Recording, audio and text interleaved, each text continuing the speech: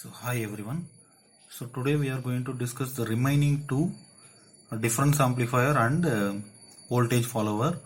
So yesterday we discussed summing amplifier, inverting summing and non-inverting summing. Summing amplifier means just adding the inputs whatever is applied in either inverting or non-inverting, that will be amplified. Final output will be the amplification of the sum of the inputs whichever wherever it is applied, either in the inverting terminal or in the non-inverting terminal. So we'll see the difference amplifier. Generally we know operational amplifier means difference amplifier. This we already discussed in the beginning class. Operational amplifier, see, difference amplifier is the operational amplifier in which output is difference between the inputs applied in both inverting and non-inverting terminals. See, in this figure I will show you. See, previously whatever the types we have seen so far, either the input is applied in inverting or otherwise non-inverting, right? But here in difference amplifier, inputs are applied in both the terminals, both inverting as well as non-inverting. Whenever the inputs are applied in both the terminals, what will be the input taken by the operational amplifier means difference between the V1 and V2. This already we discussed in the beginning operational amplifier topic itself we discussed. So that is what we call it as a difference amplifier or otherwise subtractor. See, input signals are applied to both inverting and non-inverting terminals as shown in the figure. Just see the figure. This is what the circuit diagram for difference amplifier. See, V1, V2 are the two input voltages applied to corresponding inverting, non-inverting terminals, and I1, I2 are the current which is flowing through our corresponding R1 and R2, and IF is the feedback current which is flowing through the feedback resistance RF, and here also we are taking the same RF feedback resistance. So we'll see how we are going to find Vout value for this difference amplifier. See, Vout can be calculated by taking two cases or two conditions. First condition is inverting. See, first case is inverting case. Then V2 is 0. See here, when I'm taking V2 is 0, then the input is only V1 to the circuit. And second case, non-inverting case, when V1 is 0. See, I make this V1 0. Then only one input will be given to this circuit, right? So in first case, inverting case, I make V2 0, then that circuit is a inverting type. And for that case, I'm going to calculate output voltage. And second non-inverting case, I make V1 0, then the circuit is behave like a non-inverting. Then there I am going to calculate Vout value. Finally, I am going to add both the Vout values. That is what the total circuit output voltage. We'll see how we are going to calculate that values. See, inverting case, first case, when V2 is 0, assume V2 is 0 in the difference amplifier circuit. The circuit acts as an inverting amplifier. We'll see how the circuit look like when V2 is 0.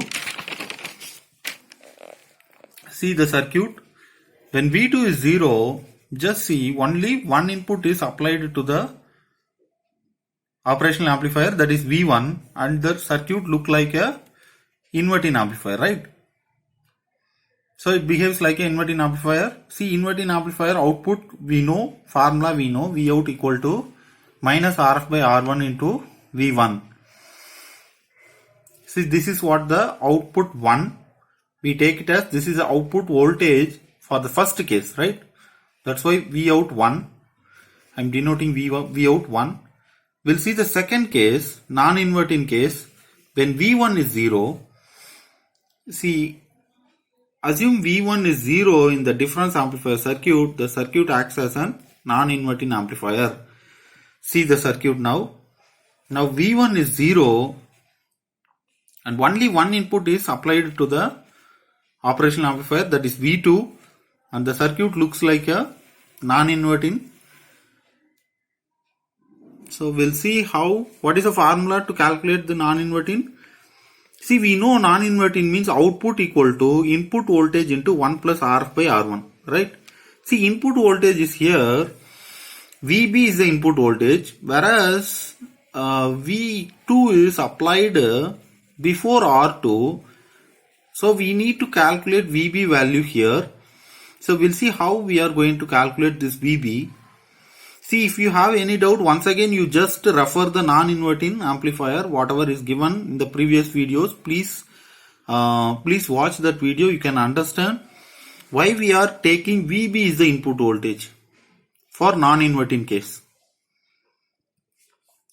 So we need to calculate VB value. VB equal to I2 into RF. Just see the circuit. See, VB is the voltage which is across RF. So through RF, which current is flowing? I2 current is flowing here. So I2 into RF is VB, right? So that's why we are taking here I2 into RF is VB, whereas I2 is V2 divided by R2 plus RF. See, once again, just see the circuit. See, I2 is the current which is flowing through R2 as well as RF. So both are series actually. So because both are series, the current is same through the both resistors. So applying voltage is V2 divided by resistance R2 plus RF, right? That is I2. So that's why we are writing V2 divided by R2 plus RF is I2. So that's why we are taking here V2 divided by R2 plus RF. Whereas RF is already here. That is also I am taking. This is VB value. Substitute this VB value in equation A. Then you will get Vout2. So output voltage for the second case is V2 RF by R2 plus RF into 1 plus RF by R1. Then we got the two output voltages for the two cases. Now add the two output voltages Vout1 and Vout2. Then you will get a total output voltage. Total output voltage equal to Vout1 plus Vout2. From equation 1 and equation 2, we are taking Vout1 and Vout2, right? So Vout1 is already we know minus RF divided by R1 into V1. And Vout2 just now we calculated V2 RF divided by R2 plus RF into 1 plus RF by R1. This is Vout value, total output voltage value. If suppose I'm assuming that R1, R2, RF all are equal, then you will get Vout equal to V2 minus V1. See, from this we understand that output voltage is difference between the input voltages, correct? Output voltage is the difference between the input voltages. So this is called as difference amplifier or subtractor, right? So that's all about the difference amplifier. We'll see the last type, that is voltage follower. See, voltage follower is very simple circuit. See, from the name itself we understand that voltage follower means output voltage follows the input voltage, which means output and input are equal. There is no amplification here. Output voltage is equal to input voltage and gain will be 1 for this voltage follower. See, we'll see the definition. Voltage follower is the operational amplifier in which output follows the input applied to the non-inverting terminal. Generally we are taking in non-inverting terminal. Why? Because if you take in inverting, then 180 degree phase shift will come. That's why we are taking a non-inverting terminal. If you take non-inverting terminal, output and input are in same phase, right? Next, no resistors connected in the circuit to get the voltage follower arrangement. See, we will not take any resistors in the circuit. So we'll see the circuit first. See, this is the circuit diagram for voltage follower. See, in this circuit, no resistors is taken. Input is given to the non-inverting terminal and inverting terminal is connected with the Vout. So this is the circuit for voltage follower. And according to the concept of virtual short, see here, this is the non-inverting type, right? Almost it is a non-inverting because input is given to the non-inverting terminal, but the difference is we are not taking any resistors here. That's it, right? So this relation we already seen in the non-inverting amplifier, VA equal to VB equal to VN. Whereas VA is directly connected with Vout, that's why VA equal to Vout. So hence we can write VA equal to VB equal to VN. This relation already we know. Whereas VA is Vout, that's why I can write Vout. All four voltages are equal. Then from this we understand that input voltage equal to output voltage. That is VN equal to Vout. And if you calculate gain, voltage gain, AV equal to Vout by VN, both are same anyhow. So gain will be 1. Hence output is equal to input. So this is called as voltage follower. Very simple circuit, voltage follower. And this will not come in the examination for the 8 mark question or 7 mark question. So we'll see the waveform of voltage follower. See, this is the waveform of voltage follower. Input and output both are same and peak values are same. Waveform, time, durations, frequency, everything is same. So we'll see some of the problems from this area.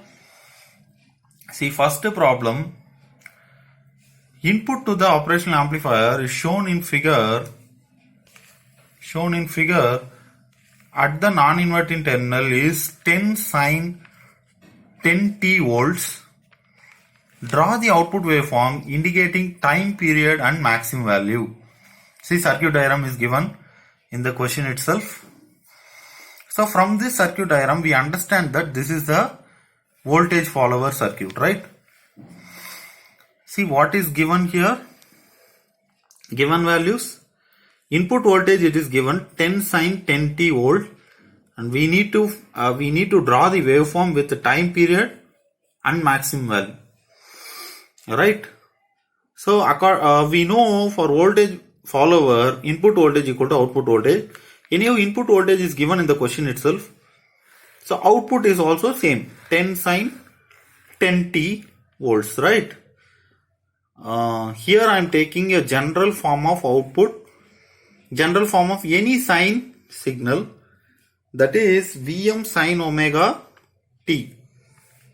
See, from this, if you compare this with this, if we compare this both, then we can understand Vm is 10, right? So that is what I am writing here. Vm is 10 volt and omega is 10. So omega is 10. So omega means we know 2 pi f. So 2 pi f equal to 10. From this we can calculate f equal to 10 divided by 2 pi, and after simplification we got f equal to 1.5923 hertz. See, frequency value if you know, you can calculate the time period easily. 1 by f is t, right? Time is the inversely proportional with frequency. So after simplification, I got t value is 0.628 second. Now peak value is, we got the peak value that is 10 volt, and time period also we got, that is 0.628 seconds. Now we can draw the waveform. See, sine signal and input output both are same. Peak value is 10 volt, positive side 10 volt, negative side minus 10 volt, and time period is 0.628 seconds. So this is the first problem. We'll see the second problem.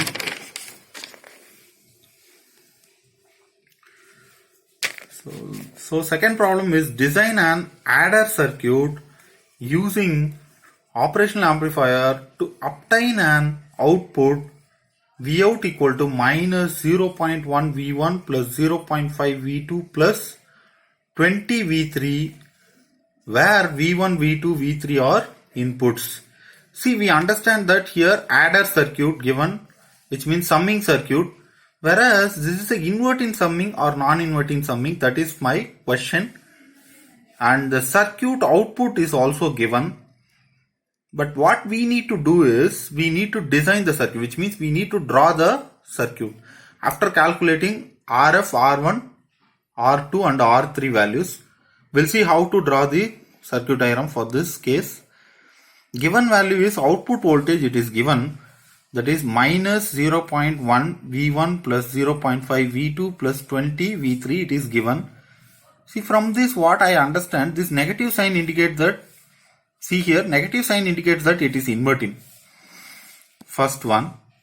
Second, this plus signs or indicate that, see, V1 plus V2 plus V3, like that it is given, right? Which means this plus sign indicates summing. So inverting summing. So this is an inverting summing amplifier circuit, right? This is an inverting summing amplifier, right? So we know output voltage Vout for inverting summing amplifier is minus Rf into V1 by R1 plus V2 by R2 plus V3 by R3. See, we already studied about this inverting summing for only 2 voltages. Here 3 voltages are given. If suppose third voltage is given, means just add the third voltage and corresponding resistance like this, V3 by R3, and this ratio you just add with the remaining 2. So formula you will get a output voltage formula for 3 voltages, right? So we can write like this also, and compare this first equation with Vout whatever is given in the question. See, this is what given in the question. I have written actually here. No. You just compare this first equation with the given value. What we understand, V1 here, and Rf by R1 is 0.1. In the place of Rf by R1, what we have here? 0.1. In the place of Rf by R2, what we have here? 0.5. In the place of Rf by R3, what we have here? 20. So that values I have written here. Rf by R1 is 0.1, Rf by R2 is 0.5, Rf by R3 is 20. So from this we can calculate the resistance values. But for this we should assume that Rf value, some Rf value, but that Rf value should be in kilo ohms range, right? And when you are choosing these Rf values, you please ensure that this R1, R2, R3 should not be in fraction. It should not be in fraction values. Remember, see, I am going to select, see, I am taking 2 cases here. One is if I am selecting Rf equal to 10 kilo ohms, then what will be the R1, R2, R3 values? R1 is 100k, R2 is 20k, R3 is 500k. See, this is fine. Why? Because all the 3 values are not in fractions, right?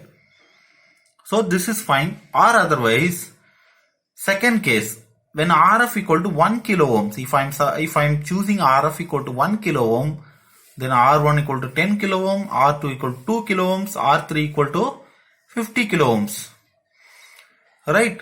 So any one of the case you can take. Now here I am going to take the first case. You can take any one of the case, and accordingly you have to draw the diagram. But whenever if you choose this Rf value, remember that Rf value should be in kilo ohms, 1. And second one is all 3 resistors should not be in fractions. Please keep it in your mind, and accordingly you have to choose the Rf value, right? We can select any one of the above. I choose actually the first one. See here, among the 2, you can select any one of the 2, but I choose this one. Accordingly, I drawn the diagram. Just see this diagram.